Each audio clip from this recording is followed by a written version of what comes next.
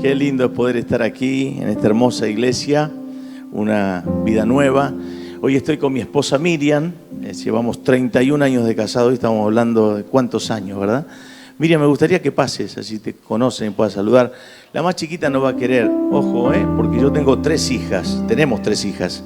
Una de 29 ya casada, que estamos esperando ser abuelos de un varoncito que viene para el mes de julio. Y luego tenemos una de 27 que también está casada, ya nos hizo abuelos y vamos por el segundo nieto de ella, que va a ser un varoncito también. ¿Y por qué digo ojo? Porque ella es mi hija, ponete de pie, hija, no te voy a hacer pasar, tiene 9 añitos, no vaya usted a decir, mirá qué linda la nieta, es nuestra hija también, porque el árbol es viejo, pero seguimos dando fruto, Que el Señor les bendiga. Un gusto poder estar acá con ustedes, disfrutar la presencia de Dios hermoso, el grupo de alabanza. Que el Señor les bendiga y aún siga utilizándolos más. Hermoso estar en este lugar y poder compartir en esta mañana un tiempo de disfrutar la palabra del Señor y lo que Dios tiene para nosotros. Cada día Dios tiene algo especial y sé que en esta mañana también Dios tiene algo especial para nuestras vidas, para nuestros corazones. Así que, ¿qué les parece si atesoramos la palabra del Señor y la ponemos en obra en toda esta semana para que produzca fruto? Amén. Un gusto conocerles, que el Señor les bendiga. Bueno, estoy con Pablo, con Isabel, pónganse de pie ahí para que los conozcan, ellos son de nuestra iglesia, como bien los presentó el pastor recién. Gracias por acompañarme. Quiero agradecer también a Rafael, a Aide también, que los conozco hace tiempo, gente muy linda que amamos y trabajamos juntos con él en Asiera en este tiempo. Y bueno, como bien dijo su pastor Marcelo, nos conocemos de muchos años. Pensar que éramos tan jóvenes. Bueno, ¿cómo están? ¿Bien? ¿Contentos? Vamos a compartir una palabra. Quiero hablarles hoy sobre el poder de la evaluación. Cada uno de los que estamos acá siempre somos evaluados. Y quiero que vayamos juntos al libro de los Hechos, capítulo 5, verso 12 al 16 de la palabra del Señor. Dice así la palabra, le damos lectura. Y por la mano de los apóstoles se hacían muchas señales y prodigios en el pueblo, y estaban todos unánimes en el pórtico de Salomón. De los demás, ninguno se atrevía a juntarse con ellos, mas el pueblo los alababa grandemente.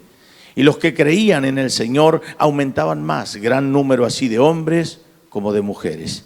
Tanto que sacaban los enfermos a las calles y los ponían en camas y lechos, para que al pasar Pedro, a lo menos su sombra cayese sobre alguno de ellos. Y aún de las ciudades vecinas, muchos venían a Jerusalén trayendo enfermos y atormentados de espíritus inmundos, y todos eran sanados. Yo creo en el poder de la declaración. Todo lo que decimos con nuestra boca genera senda y espacio para nuestra vida. Si usted dice, todo me sale mal, ¿cómo le van a salir las cosas? Porque dice la Biblia, vuelvo a repetir, preso fui con los dichos de mi boca. Por eso levante sus manos al cielo y diga conmigo, Señor Jesús, gracias por tu palabra es verdad. Ella me bendice y me prospera. Señor, háblame al corazón a través de la vida del pastor Alberto, con la revelación del Espíritu Santo. Bien alta sus manos, dice, vacíame de mí y lléname de ti en el nombre de Jesús. Y todos decimos, amén. Todos en la vida somos evaluados. Quiero felicitarlos porque la evaluación que hago de estos tremendos músicos que ustedes tienen realmente es una bendición.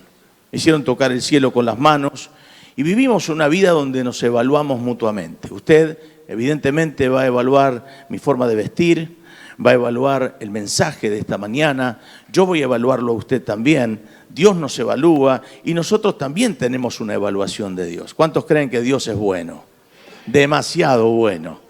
Y la evaluación que tenemos de Dios es correcta. Ahora también Dios nos evalúa como hijos, si lo amamos, si nos entregamos, si le servimos. Y por eso, como vivimos en un mundo donde nos evaluamos y a diario cuando nos relacionamos con alguien, estamos mirándolo, observándolo, y la evaluación nuestra puede ser buena, a veces distorsionada, hasta que llega un tiempo donde uno dice, esta es mi evaluación y aquí me quedo.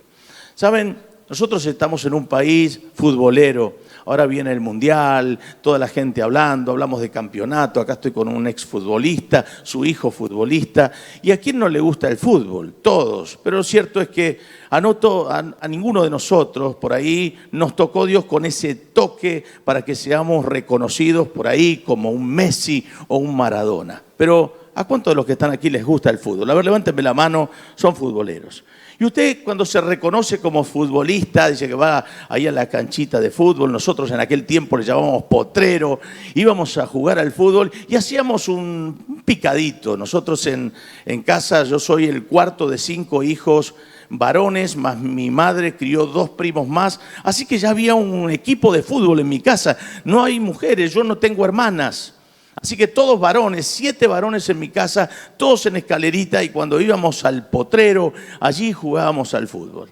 Así que teníamos nuestro equipo.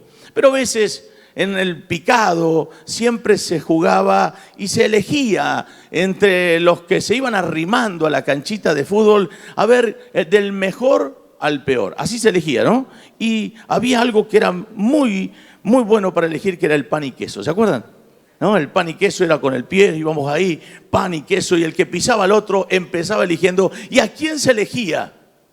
Al mejor. Este para mí, este para mí. ¿Y quién quedaba al final? El que no generaba ningún peso en la balanza, ¿no? Ahí estaba yo. Es que no importa dónde iba, no hacía ningún peso en la balanza del equipo. No importa, que vaya para cualquier lado.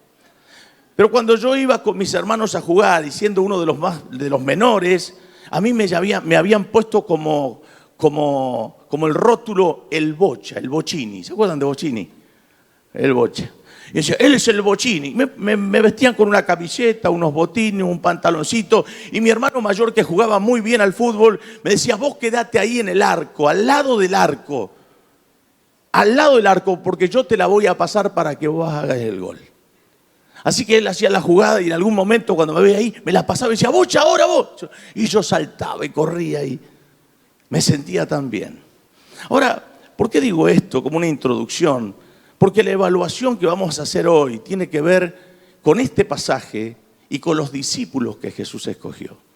Y Jesús no fue a escoger a los mejores, sino que desechó ¿a quiénes? A los mejores. Y tomó lo vil y lo menospreciado. Tomó a los Bocha, como era yo, y los puso al lado del arco para que seamos parte de un equipo invencible, y de vez en cuando nos permite tocar la pelota y hacer el gol, y que saltemos y cantemos una gran victoria, cuando todo lo hizo Él y lo preparó Él. Cuando veo este pasaje bíblico, dice que Pedro, la sombra de él caía sobre los enfermos y todos eran. Un tiempo de avivamiento extraordinario estaba viviendo la iglesia primitiva. De tal manera que la gente se asombraba y la necesidad era tan grande, tan enorme, que no alcanzaban las manos para orar por tantos enfermos. Así que Dios va a utilizar la sombra de Pedro para sanar enfermos. Y podríamos decir que esto es un gran avivamiento para la iglesia primitiva, donde la gente se agolpaba y muchos creían en el Señor, tanto hombres como mujeres, niños se acercaban y conocían a Jesús. Esta evaluación que hago es una evaluación que puede pasar en esta congregación, en Buenos Aires, en Argentina, en el mundo, en los tiempos que vamos a entrar. Porque hemos hablado de grandes avivamientos y hasta yo y como tantos otros y sus pastores hemos leído libros de avivamiento. ¿Quién no ha leído Los Generales de Dios? Y nos hemos inspirado con ellos. ¿Quién no ha leído Buen Día, Espíritu Santo? ¿Quién no ha leído los tantos días de ayuno, 41 días de ayuno de Gigi Ávila? ¿Cuántos de nosotros hemos leído semejantes libros que nos inspiraron para tener una comunión profunda y que un avivamiento se despierte en nuestras congregaciones? Ahora bien, cuando veo este pasaje, hacemos un relevamiento de algunos discípulos que Jesús tuvo, y empezando desde Pedro, aquel Pedro que tiene la capacidad para caminar sobre las aguas, pero que también en un momento por temor se empieza a hundir, y el Señor le dijo, ¿por qué temiste, hombre de poca fe? Nos encontramos con un Pedro y allí lo tenemos en el Mateo capítulo 14, verso 29. Y él dijo, ven. Y descendiendo Pedro de la barca, andaba sobre las aguas para ir a Jesús. Pero al ver el fuerte viento, tuvo ¿qué? Miedo. Y comenzando a hundirse, dio voces diciendo: Señor, sálvame. Es el mismo Pedro del capítulo 5 del libro de los Hechos. Y uno hace una evaluación y dice: qué tremendo este hombre, se animó a caminar sobre las aguas, pero también se hunde. Y en un momento pide al Señor que lo salve, cuando ahora la sombra de él en el capítulo 5 del libro de los Hechos era suficiente para sanar enfermos. ¿Qué decir de Tomás, que duda de la resurrección del Señor? En el libro de San Juan, en el capítulo 20, versos 24 y 25, pero Tomás, uno de los 12, llamado Dídimo, no estaba con ellos cuando Jesús vino, y le dijeron pues los otros discípulos: al Señor hemos visto.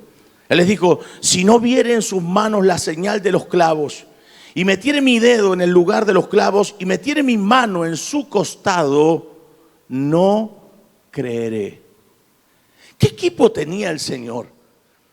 ¿Qué equipo? Uno que se hunde, el otro que duda de la resurrección, que está diciéndole a sus discípulos: a mí no me van a convencer ustedes, porque si yo no meto mi dedo en su mano, mi mano en su costado, yo no voy a creer. Yo tengo que ver para poder creer. A mí no me van a venir con que resucitó, por más que él lo haya dicho. Pero el Señor estaba escuchando, y ese era el equipo que el Señor tenía. Algunos religiosos de estos tiempos dirían: qué discernimiento que tenía Jesús para elegir gente. Parecía que en el pan y queso eligió los peores. Evidentemente no eran los mejores, pero Dios los había hecho parte de su equipo. ¿Qué decir de un Judas que, claro, lo vende, se ahorca? De un Judas que era ladrón, que ponía su mano ahí en la bolsa de los recursos y tomaba lo que no era suyo.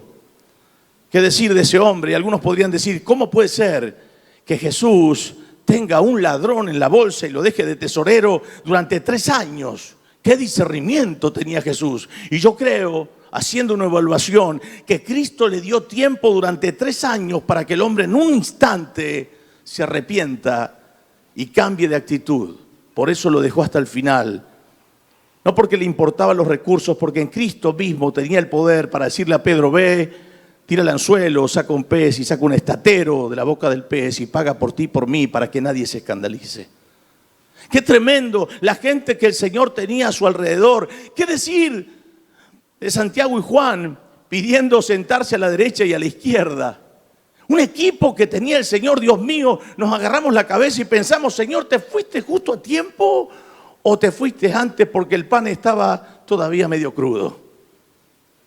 Cuando uno nota en Marcos 10, 35 y 38, dice: entonces Jacobo y Juan, hijo de Zebedeo, se le acercaron diciendo: Maestro, querríamos que nos hagas lo que pidiéremos. Les dijo: ¿qué quieres que os haga?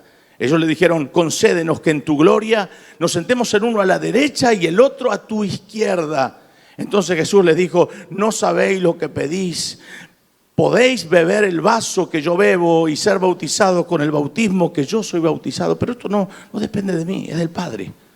En otro de los evangelios dice que la madre vino y le pidió a Jesús que sus hijos se sienten a la derecha y a la izquierda. ¡Qué metida la vieja! Perdón, la hermana, la madre. ¡Qué metida! ¿Qué se tiene que meter en los asuntos del Señor? ¿Qué tiene que meterse? ¿Qué tiene que poner la cuchara allí? Sin embargo, los discípulos se enteran de esto y se los quieren comer crudo, porque entre ellos habían algunas internas de poder. A ver quién era mejor, a ver quién tenía que estar, cómo ellos se van a adelantar y pedir un lugar que nos compete a cualquiera de nosotros. ¿Quiénes son ellos para pedir semejante cosa? Y uno empieza a evaluar todo esto y dice: wow, ¿qué equipo tenía el Señor?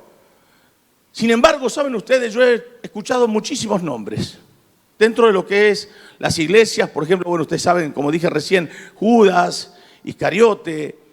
Judas fue el que se ahorcó, como les dije, el ladrón. Fue el que lo vendió al Señor y lo entregó con un beso. Pero en todas las congregaciones que yo he estado, y mire que yo llevo años en el Evangelio y tengo muchos años ya de pastor, he predicado en muchos lugares. Y la verdad que nunca, yo he escuchado, por ejemplo, mi yerno se llama Lucas. Mi otro yerno se llama Santiago. Tengo la iglesia Mateo, tengo todos los evangelios, tengo un Juan. Pero ¿sabe que nunca tuve un Judas de nombre? Yo no conozco un hermano que diga, mi hijo se va a llamar Judas Iscariote. Parece como que esos nombres no representan, porque cuando uno dice Judas Iscariote piensa en ¿qué? En traición. Entonces no le voy a poner semejante rótulo a mi hijo. Ahí viene el traicionero. Vení Judas. Judas va a dirigir la reunión. No me lo veo. Ahora, ¿qué decir de Pedro? En la última cena usted sabe lo que pasa. Y Pedro dice, Señor, yo voy a dar mi vida por ti si es necesario. Jesús le habla y dice, Pedro, esta noche, antes que el gallo cante, ¿me negarás 3 veces? No, Señor, y él se enoja y se pone mal. Y el hombre dice, yo no te voy a negar, yo si es necesario voy a dar mi vida por ti. Pero olvídate, Señor, que conmigo podés contar. Yo no voy a negarte. Y el Señor dice, hoy me negarás 3 veces, antes que el gallo cante. Y yo estoy seguro que Pedro lo que decía, lo decía del corazón. Yo estoy seguro que Pedro lo que estaba hablando lo tenía una confianza plena de que él no iba a negar a su maestro. Que iba a saber que la presión externa iba a afectar su mundo interno. Que iba a pensar el hombre que en un instante le iba a jugar una mala pasada.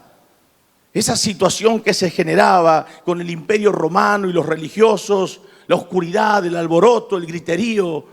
¿Qué iba a pensar él? Que lo que había acabado de decir hace unas horas iba a ser como el maestro le había declarado.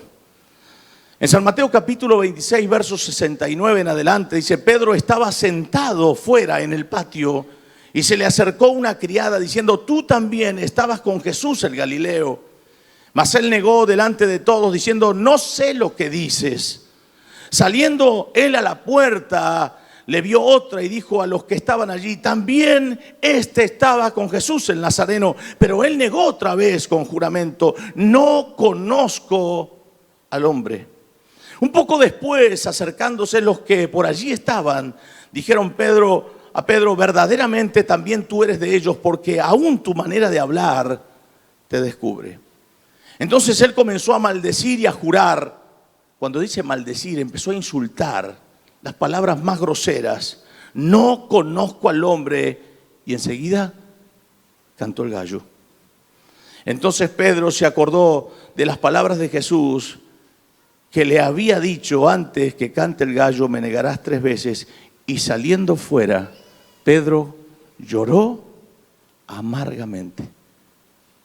Se dio cuenta que lo que Jesús le había dicho se había cumplido de manera textual. El hombre se siente en lo peor. El hombre siente que había fallado. Y entonces, haciendo un paralelismo, ¿es este el mismo Pedro que acabamos de leer del capítulo 5 de los Hechos? Es el mismo Pedro que se equivoca, que niega, que maldice, que dice malas palabras, que le dice al Señor en la cara, Señor, yo no voy a negarte, olvídate, contá conmigo, porque yo voy contigo a la muerte si es necesario. Pero ante la presión que se genera, Pedro cede a la presión externa y, como dije hace un ratito, su mundo interior colapsa. ¿Cuántas veces somos parecidos a un Pedro? Pastor, Marcelo, cuente conmigo. Acá voy a estar para lo que me necesite. A las 10 de la mañana estoy acá, son las 12. ¿A dónde estás? Cuente conmigo, acá voy a estar. Y cuántas veces como pastor, que yo llevo muchos años, como les decía, he visto pasar muchas personas que ante el altar se han quebrantado, han derramado el alma, han dicho, Señor, contigo, a donde me envíes, Señor, allí iré, Señor, cuenta conmigo, pase lo que pase. Y de repente pasó el tiempo. ¿Sabe cuánta gente me dijo, pastor, yo con vos voy a estar hasta el final? Se van a ir todos, pero de mi iglesia me van a sacar con las piernas para adelante. ¿A dónde andan? No los conozco. ¿Dónde están? Se fueron. Señor, les decía un hermano a un amigo, me contaba, que en un momento le decía, pastor, yo voy a estar contigo hasta que suenen las trompetas. Todavía estamos esperando dónde viene el hermano porque las trompetas están por sonar, pero él no anda ni en la iglesia. Pedro se siente tan culpable, tan mal, después de la negación, que el hombre pierde el rumbo. No sabe para qué había nacido. Y entonces vuelve a las redes. Un hombre que no puede aceptar su culpabilidad. Un hombre que comienza a sentirse por dentro, desmoronarse como el yenga. Se le cae toda la estructura espiritual. Y estoy seguro que hasta pensó, yo no sirvo para esto. Yo no soy digno de ser llamado un discípulo. Conmigo el Señor se equivocó.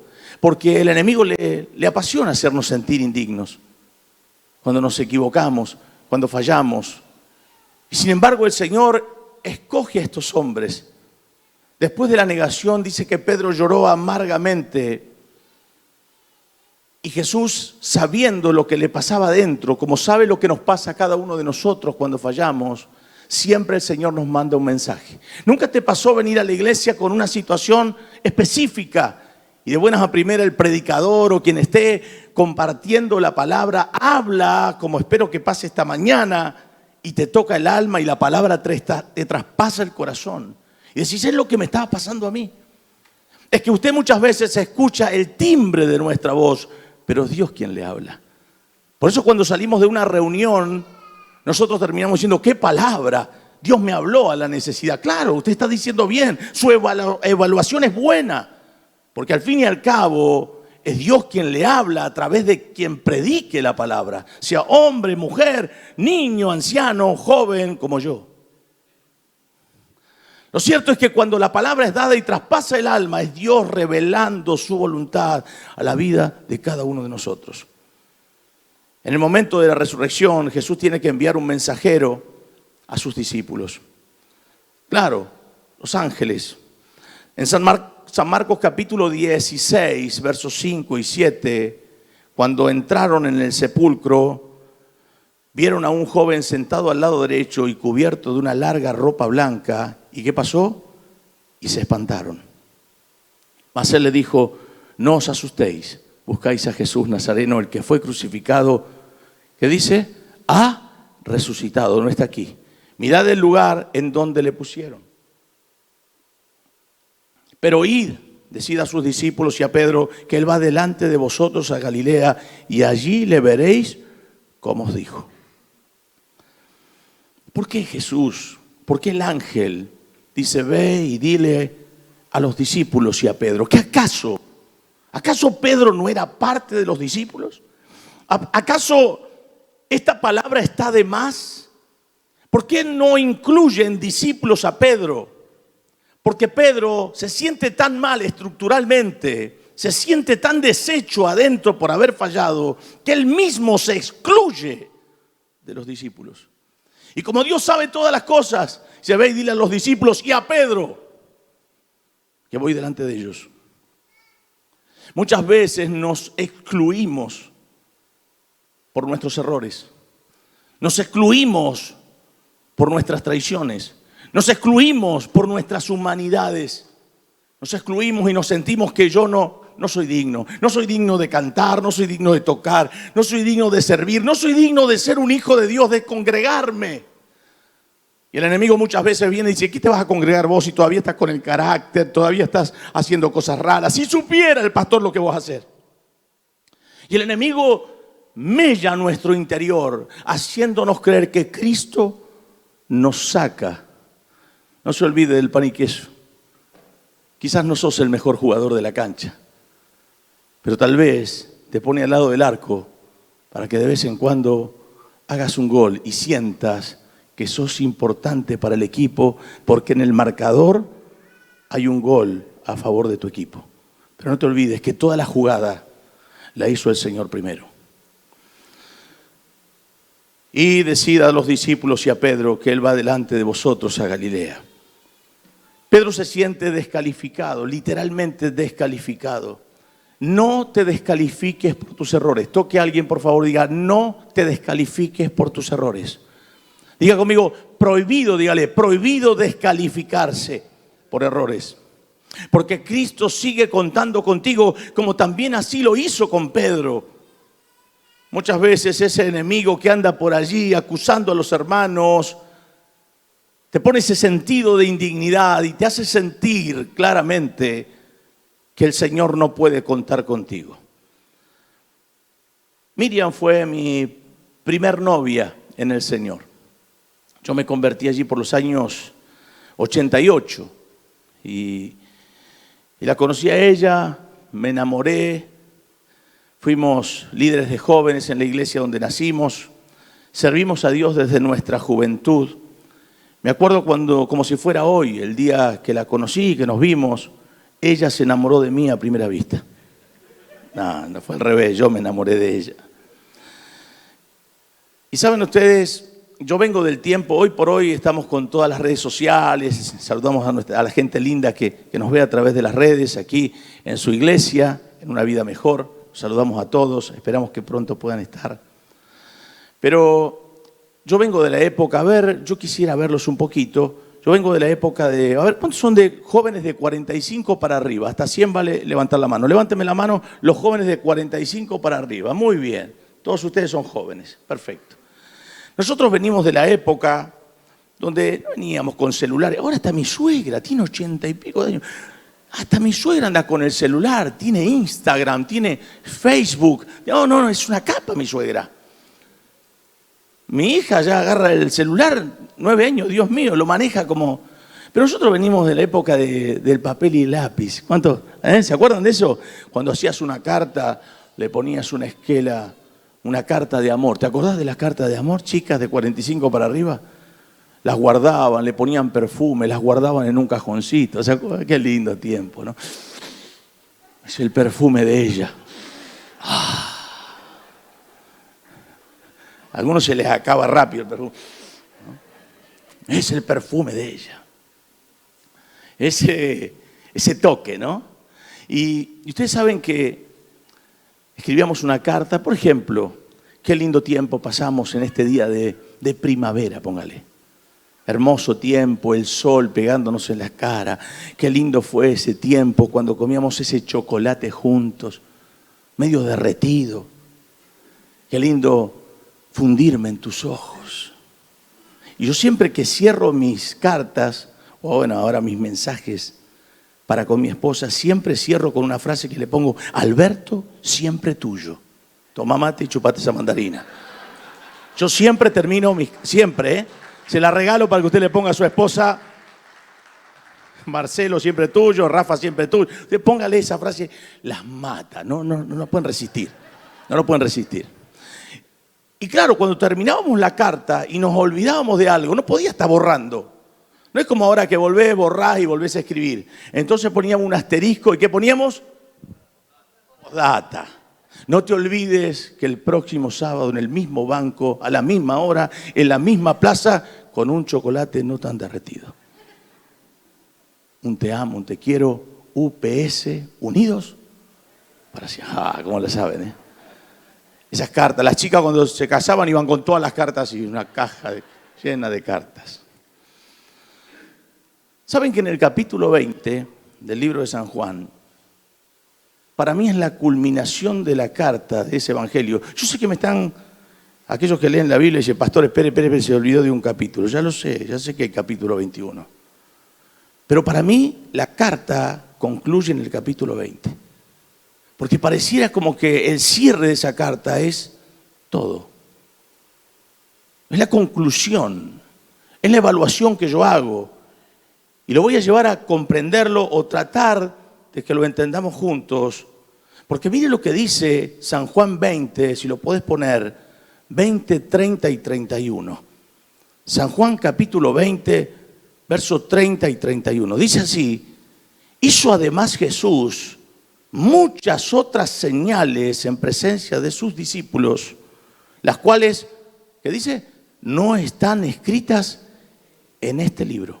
Pero estas se han escrito para que creáis que Jesús es el Cristo, el Hijo de Dios, y para que creyendo tengáis vida en su nombre. Dígame si no es la conclusión magnífica de una carta. Extraordinario, no hay más nada que decir. Ahora, ¿por qué tiene capítulo 21? Si esta carta se cerró, y evidentemente Dios nunca hace las cosas por hacer, siempre hay algo que va más allá de mi evaluación personal o de mi interpretación. El capítulo 21 es un capítulo maravilloso también. Y para mí, creo que es la postdata del capítulo 20. Mire lo que dice el capítulo 21. Después de esto, Jesús se manifestó otra vez a sus discípulos junto al mar de Tiberias. Y se manifestó de esta manera. Estaban juntos. Mire a quiénes van a nombrar. Simón Pedro, Tomás llamado el Dídimo, Natanael de Caná de Galilea, ¿qué se habrá mandado este? Los hijos de Zebedeo y otros dos de sus discípulos. Permítame decirle que era la célula de los rebeldes. Se habían ido a pescar al mar de Tiberias. Los que habían dudado, ahí estaba Tomás el Dídimo, los hijos de Zebedeo que se peleaban por el poder, a ver, uno a la derecha, el otro a la izquierda. Pedro, que tenía un liderazgo tan fuerte y tan marcado, que si ese liderazgo Dios no lo usaba para él, este podía ser un peligro. Y lleva a todos al mar de Tiberias y todos están pescando. ¿Y qué creen ustedes? Mientras están pescando, ¿no pescan? Nada. Porque cuando naces para Dios, no sirves para otra cosa. A donde vayas, serás una piedra en el zapato. Todo lo que quieras realizar sin Él, nunca te llenará. Porque cuando conoces al amado, solo su amor te puede favorecer, llenar tu alma, recrear tus huesos. Y ellos están allí, pescando. ¿Y qué hace Jesús? Los va a buscar. Mire, yo les dije que tengo varios años de pastor. ¿Cuántos han sentido alguna vez alguna traición en la vida? Levánteme la mano, bien alta la mano. ¿Cuántos se sintieron alguna vez traicionados? Vale levantar los pies. La traición duele mucho, porque no es lo mismo una estafa, que alguien te estafe, que está ligado a más que nada, bueno, algo económico, algo que pasó, te estafó, y como no hay un sentimiento de por medio, no duele tanto. Molesta, me robó, me afanó, sin vergüenza, ya te voy a cruzar. Pero cuando alguien te traiciona, en la traición está ligada el sentimiento. Porque con esa persona comiste, con esa persona fuiste de viaje, a esa persona lo quisiste, la quisiste, te ligaste en el sentimiento, en el querer, y cuando esa persona te falla, duele mucho más. Estos están los que Jesús lo habían traicionado. Y ahí hay una diferencia enorme, hay un abismo entre Jesús y yo. Porque si alguien a mí me traiciona y habla mal de mí fuera de la iglesia, y después lo tengo en mi círculo, si yo sé que habla mal de mí, yo lo saco. Yo no te quiero. Y si viene otra vez y se entera y yo lo rajo y se va de la iglesia, cuando regresa yo digo, manténme los 6 meses a ese. Quiero ver los frutos. Porque quiero visualizarlo, quiero evaluarlo, que haya frutos dignos de arrepentimiento. Porque yo soy humano. Yo no le daría la oportunidad a ciertas personas que me criticaron, que insultaron, que dicen malas palabras afuera, que dicen no conocerme, que dicen cosas y barbaridades de mí. Quizás los haga pasar un tiempo prudencial a mi criterio para yo darles una nueva oportunidad. Usted metería al que lo traicionó en su casa. Usted metería a aquel que lo estafó a que cuente sus finanzas. Usted metería, como decimos algunos, al zorro a cuidar la gallina. Sin embargo, gracias a Dios, Jesús no es igual a mí en eso ni igual a usted. A pesar de que lo habían traicionado, Jesús aparece en el mar de Tiberias. Y ahí digo, Señor, ¿cuánto tengo que aprender de ti? ¿Cuánto me falta? Es un abismo entre lo que yo soy y lo que tú eres. Es un abismo. Porque tú vas a buscar lo que yo desecharía. Porque tú vas a buscar para que formen parte de tu equipo a gente que te traicionó, que te dijeron en la cara, yo voy a dar mi vida por ti. Y tú los vas a buscar. ¿Cuánto tengo que aprender de ti? Verso 3, Simón Pedro le dijo, voy a pescar. Y ellos dijeron, vamos nosotros también contigo. Y fueron y entraron en una barca y aquella noche, vuelvo a decir, no pescaron nada. Cuando ya iba amaneciendo, se presentó Jesús en la playa. A los discípulos no sabían que Él era Jesús. Y dijo, hijitos, ¿tenéis algo de comer? Respondieron, no. Él les dijo, echad la red a la derecha de la barca y hallaréis. Entonces la echaron y ya no la podían sacar por la gran cantidad de peces.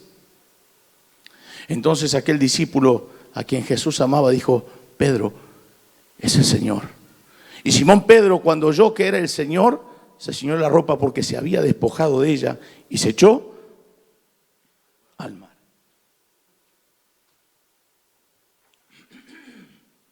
Verso 9. Al descender a tierra, vieron brasas puestas y un pez encima de ellas y pan. ¿Alguna vez te recibieron en la cama con un desayuno rico? ¿A cuántos los han recibido alguna vez por un aniversario, por un cumpleaños, con algo rico de desayuno? A ver, levántame la mano. Ay, qué lindo. Ay, a muchos, nada. Voy a orar por ustedes para que tengan esa experiencia. Mire, yo no sé por qué, pero las mujeres tienen algo innato. Siempre que traen, por ejemplo, la bandeja de milanesas a la mesa, traen la comida, las mujeres hacen algo que yo creo que ya está dentro de ellas. Siempre la porción más grande se la dan ¿a quién? Al marido. Por eso nos cuesta muchas veces la panza, llegar a correr, mantenernos en línea. Porque siempre la porción, y lo que no comen los hijos, ¿quién se lo come? El marido. Ahora bien, si a vos en tu casa, tu mujer le sirve la porción más grande a tus hijos y a vos te da una torrejita de acelga, después pasa que quiero orar por vos. Algo no está bien en la casa. Jesús los espera con un desayuno en el mar de Tiberias. ¿A quiénes? A los que le habían fallado. Y eso me llama la atención. ¿Cómo es Jesús? Los espera con un pez y un pan a aquellos que le habían traicionado. Jesús les pide que traigan de la red llena. Habían sacado 153 peces y aún siendo tanto, la red no se rompió. Jesús los invita a comer y en ese momento muchos han predicado sobre el amor fileo y el amor ágape. Cuando Jesús lo toma a Pedro y empieza a caminar con él por la orilla del mar de Tiberias y charlan y conversan. Me gustaría que alguien me pueda acompañar en el teclado. Lo toma del hombro, seguramente, y mientras caminan van charlando. ¿Saben? Me llama la atención, Jesús nunca, jamás volvió a hablar sobre el tema de la traición. Nunca habló más del tema. Qué distinto que es a mí, a usted. Perdonamos, pero decimos, ¿te acordás lo que me hiciste? Pero no me habías perdonado. Pero no, esta es otra cosa, y me vino a la mente y por eso lo digo. Es que muchas veces traemos lo del pasado otra vez al presente, aunque hemos dicho que hemos perdonado. Jesús nunca jamás volvió, ya en la Biblia, nunca jamás habló sobre el tema con Pedro. Nunca. Por eso cuando Él te perdona, se olvida. Él no no lo traigo. Nosotros volvemos otra vez. Señor, perdóname. Y el Señor dice, ¿de qué es? Me olvidé de eso. Y lo toma y le habla y le dice que apaciente su rebaño, que apaciente sus ovejas, que se haga cargo de la función, porque Él no lo había desechado. Y si Cristo no lo había desechado, ¿quién lo había desechado? Él mismo. Nosotros nos desechamos. Nosotros nos sacamos, nos salimos del equipo. Nosotros nos sentimos tan desilusionados con nuestras propias personas que creemos que Dios no nos puede utilizar. Jesús te incluye, no te excluye. Jesús te introduce, no te saca. Jesús te hace parte y no te pone aparte, sino te hace parte de su equipo.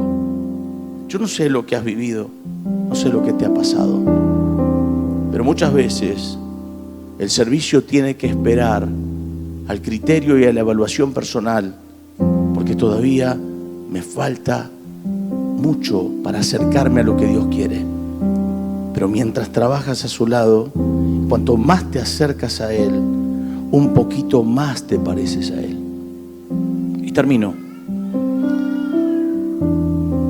A veces nosotros nos sentimos descalificados, fuera. Y cuando evalúo el capítulo 5 del libro de los Hechos, veo que aquel Pedro que está desayunando con Jesús en el mar de Tiberias, mientras está allí haciendo un pez en la brasa y un pan, es el mismo Pedro que come de esa comida que su maestro le dio, y ahora está en el capítulo 5 bajo un avivamiento. Y qué extraordinario el evaluar que más allá de sus errores y que se había excluido, Jesús los vuelve al cauce y ahora es un hombre de avivamiento.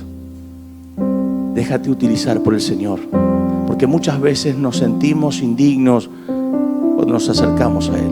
Termino, ahora sí.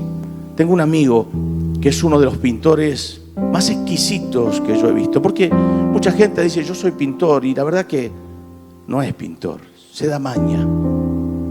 Los pintores que son buenos pintores son muy requeridos. Él ha llegado a pintar hasta las propiedades de la Fortabá. Para que usted se dé una idea, hoy está en España, pinta como muy pocos. Lo han llamado para que trabaje en España por esa capacidad que Dios le ha dado. Y me cuenta un día, él es creyente, me cuenta, vos sabés, Alberto, que un día fui a pintarle la casa a un hombre judío de muchísimo dinero. Tenía una casa preciosísima, esas casas que te quedás como, wow, qué hermoso lugar.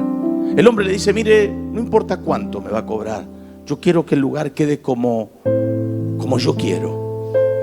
Me han hablado muy bien de usted, así que le pido que me haga un trabajo, y aquí en este salón quiero que el salón esté todo satinado. Aquellos que saben de pintura, no todo el mundo puede pintar con satinado, porque el satinado se ve mucho los errores. Así que él había terminado a su criterio y a su evaluación personal, había concluido con la labor. Y lo llama al hombre porque también tenía que cobrar. Y lo llama para que le diga, bueno, si le gustaba o no. Y él, confiado, le dice al hombre, terminé mi labor, espero que lo disfrute, espero que le guste mi trabajo. El hombre mira y dice, se ve bastante bien, pero permítame que yo chequee su trabajo. Y entonces le pide a unas personas que estaban con él, apágame las luces por favor y tráeme un cable con una lámpara. Este se queda como pasmado, dice, ¿cómo? Tienes que tener luz para que pueda apreciar. Dice, tranquilo, yo sé lo que hago. El hombre exigente hace apagar las luces, pone una lámpara y la lleva a la pared. Está todo oscuro, pero la lámpara la pone en la pared, y mientras va con la lámpara en la pared, lleva un lápiz en su mano y dice, aquí hay un hueco. Sigue caminando. Aquí hay un rayón. Aquí hay una onda. Arrégleme por favor toda esta pared. Se quedó asombrado. Me dijo: Alberto, aprendí algo. Lo que me pasa muchas veces con el Señor Jesús, que mientras más me acerco a Él, me doy cuenta que hay cosas que tengo que cambiar. Que cuanto más me acerco, veo mis imperfecciones, el cambio que tiene que haber en mi carácter, en mis pensamientos, en mis acciones. Me doy cuenta, Alberto, que así como ese hombre puso esa lámpara en la pared, muchas veces su presencia me ilumina de tal manera que me doy cuenta que tengo que cambiar. Estos discípulos les pasó lo mismo. Estando al lado de la luz del mundo, se dieron cuenta que tenían cosas que cambiar y se sintieron a su evaluación personal que no servían para semejante labor en esta tierra. Y decidieron irse allí al mar de Tiberias a pescar, a volver a su vieja vida, porque dijeron: yo no me siento en la evaluación de ser un seguidor de semejante persona. Pero allí fue él, al mar de Tiberias, como hoy me mandó a mí esta mañana a decirte: no te descalifiques, mi hermana querida. No te descalifiques, mi hermano amado. Él no te ha desechado. Es tu evaluación personal. Y esta mañana Él puso un pez y un pan por medio de esta palabra para decirte: podré contar contigo con lo que yo quiero hacer con esta iglesia. Podré contar contigo. Podré contar contigo para que mi obra y mi reino se establezca en esta ciudad. Podré contar contigo. Cierra tus ojos, por favor. Si Él puede contar contigo, quiero que allí donde estás levantes tu mano. Si en algún momento te sentiste descalificado o descalificada, quiero que levantes tus manos y que tengas la valentía, porque aquí hay un pez y un pan. Ven aquí, que el Señor preparó algo para ti. Ven aquí al altar, sal de tu banco y ven aquí con tu mano levantada. Ven, sal de tu banco y ven aquí. Quiero que cantemos y adoremos. Dios es bueno. Mientras algunos están pasando, Jesús les invita: no te descalifiques. El que esté libre de pecado, que tire la primera piedra. No te descalifiques, Él sigue trabajando contigo. No te descalifiques, Él te sigue amando como el primer día. Y yo sé que muchos de ustedes luchan para ser mejores. Yo sé que muchos de ustedes luchan por dar lo mejor de su vida. Y hasta a veces nos enojamos con nosotros mismos. Y ayudando a tantos, a veces somos crueles con nosotros. Mientras cantamos y adoramos, decirle: Señor, perdóname porque yo te negué. Perdóname, Dios, porque muchas veces dudé. Perdóname porque dije: no voy a servirte más. Y yo sé que hay personas aquí que tienen grandes potenciales. Y allí hay gente que nos ve a través de las redes. Tienen enormes potenciales, pero todavía les cuesta porque se sienten indignos. Y Jesús les invita hoy, esta mañana, a ser parte de su equipo, para que a lo menos Él pueda pasarte el balón y al lado del arco de vez en cuando puedas gritar un gol. No sé lo que